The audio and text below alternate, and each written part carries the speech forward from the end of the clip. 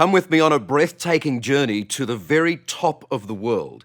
In Greenland's remote Arctic wilderness, every day is a grim struggle to survive, and it's only becoming harder. You see, the world of the Polar Eskimo is disappearing, a casualty of climate change and encroaching civilization.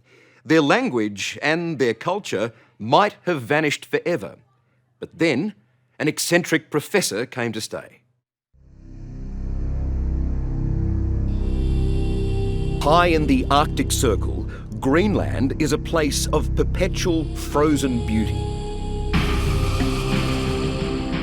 80% of the landmass is actually ice. And out here, you feel very, very small. This is Greenland's ice cap. It is one of the most brutal environments on Earth. Nothing survives up here, not even the polar bears. In winter, this is a deep, dark freeze where the sun never rises. And in summer, it never sets. It's pure daylight for months. But somehow, right on the edge of this unforgiving ice, there's a small town of people who survive these extremes. They're the Polar Eskimos of Qaanaaq.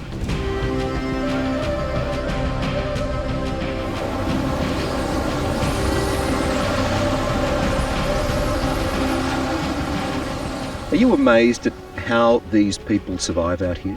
I am, and I have great respect for that. As you've seen for yourself, the Arctic wilderness is something extraordinary.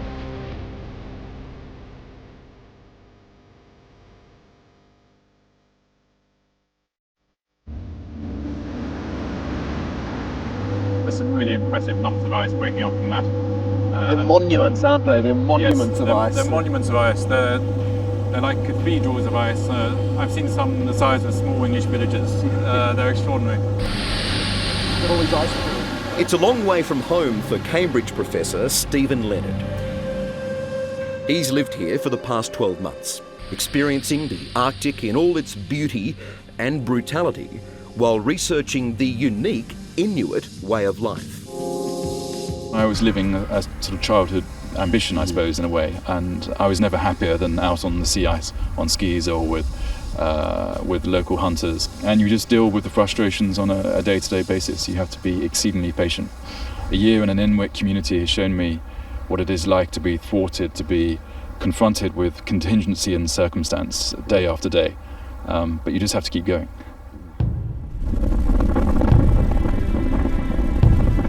To understand the Inuit, Stephen's had to live like them.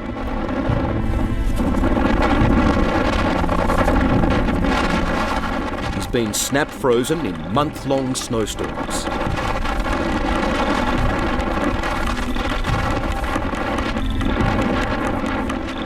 Encountered very hungry polar bears in the main street of town.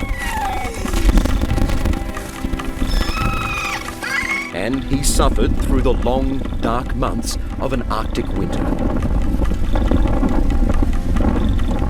3.5 months of darkness will play with your mind if you're not used to it, and I certainly wasn't used to it. The sun goes down for the last time on the 24th of October, doesn't rise to the 17th of February. That's a very long, dark period. During that deep, dark winter here, did you ever think, what am I doing?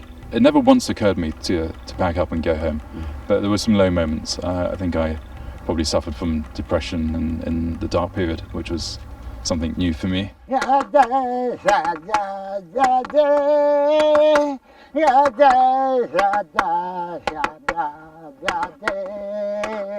But this is not just some personal test of resilience.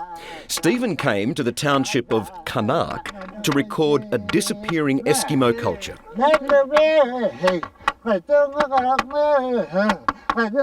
Songs, stories, even language being lost to time. You know, a language is so much more than a list of words. You know, if we lose language, we lose these voices. Is that disappearing though? It's disappearing, and I think it's inevitable that one day it will disappear completely. It's a culture that dates back to 900 AD, when Inuit ancestors crossed ice and land bridges from Canada into northwest Greenland. Not even the Vikings dared forge a life this far north.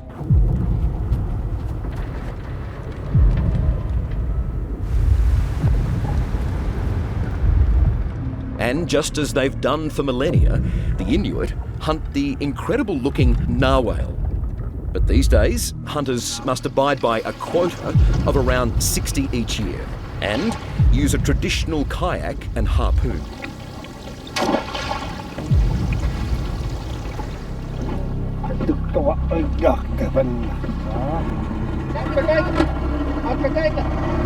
For seal hunting, there's a modern allowance. Rifles are permitted.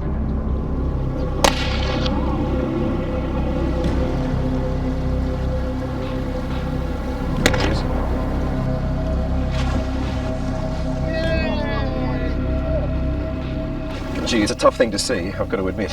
It is, yeah. It's not our culture, I mean, but it is important to remember that this is subsistence hunting. These people, the Inuit, are hunting because that is their life and that is what they eat. Yeah. Not surprisingly, seal is on the menu for Sunday lunch at the home of Eskimo elder Ayuku and his wife Anna. I'm not entirely sure, but we'll give it a go, huh?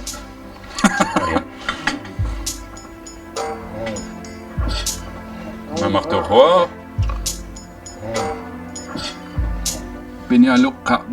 acquired taste. If it moves, and it's at all edible, it will find its way to the table, including the local specialty of fermented bird, complete with feathers. Okay, that's the whole bird? This is the whole bird. All right, so when in Rome, I'm not even sure I can pick that up. All right. It's cold. It's cold, yeah. Right, okay. You're expecting it to be hot. I'm really not too sure what to expect right now, to be honest with you. Just pull off the feathers. Comes off very easily. Like that? Like that. Nothing is wasted, not even the head and beak. Right. Yeah. And I must admit, I'm struggling to maintain my table manners. I can't. It's got a head on it. It's still staring at me, for goodness sake. Ugh. It's good.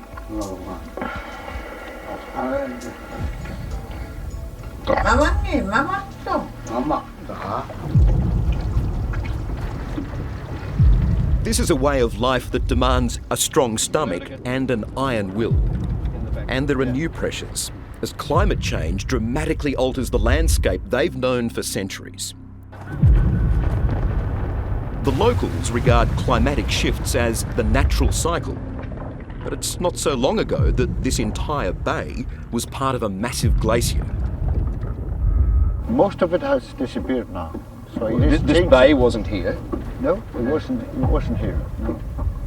So I'm quite surprised how much it has moved, you know.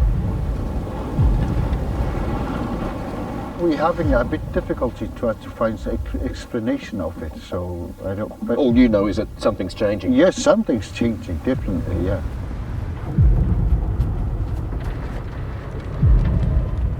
For the Inuit, ice is life. The sea ice and frozen fjords provide vital bridges to rich hunting grounds. Stephen even drove across it to visit remote villages. Gaps in the ice are crucial for catching walrus and seal. Now, as the ice disappears, the all-important hunting season is cut short. 20 years ago, the Polar Eskimos knew exactly when the sea ice would come. It would come in September, it would leave in July. Now, nobody knows. There's a very large element of unpredictability about it all, and that makes hunting increasingly difficult because you don't know where the animals are.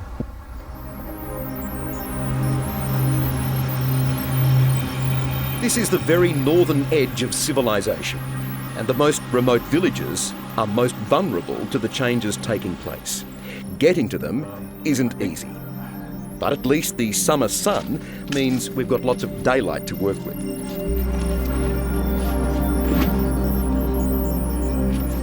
The hardest thing to adjust to here is that blazing sun. It just doesn't go down, and it's like this for about 3 months of the year. It's now 2 o'clock in the morning, and it's broad daylight.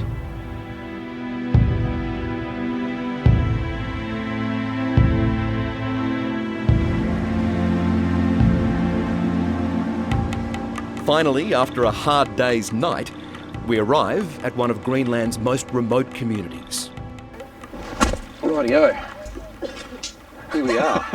And find physical evidence of the Eskimos' disappearing culture. Fishing villages once thriving with life, abandoned and crumbling. It is very much a ghost town. It certainly is a ghost town. It's sad in a sense to see this abandoned and all of these houses just going to ruin. I think it's sad, yes, because it's not just houses, it's people's lives, and it's also the traditional cultural life of the Polar Eskimos. And as this unique way of life goes, so goes the Inuit language. It's a tiny language, it has 770 speakers, so it is vulnerable.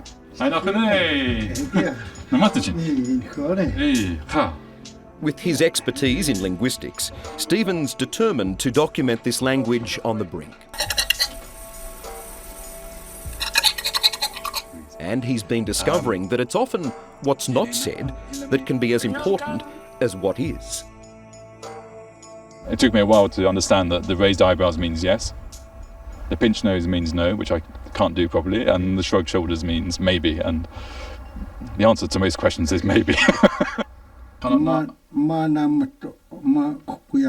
Stephen has made hundreds of hours of recordings.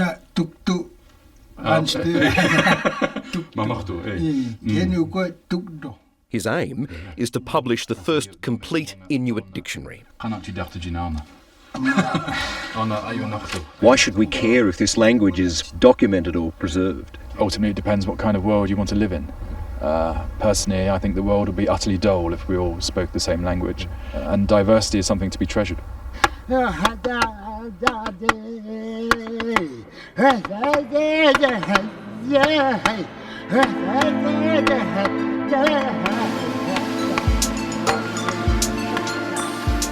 A fragile culture to be treasured and hopefully preserved.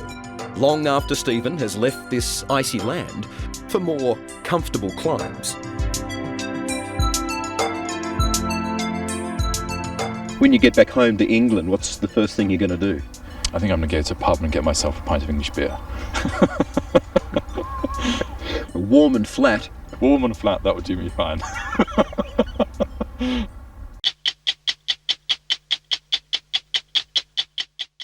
Hello, I'm Amelia Adams. Thanks for watching 60 Minutes Australia. Subscribe to our channel now for brand new stories and exclusive clips every week. And don't miss out on our extra minute segments and full episodes of 60 Minutes on 9now.com.au and the 9Now app.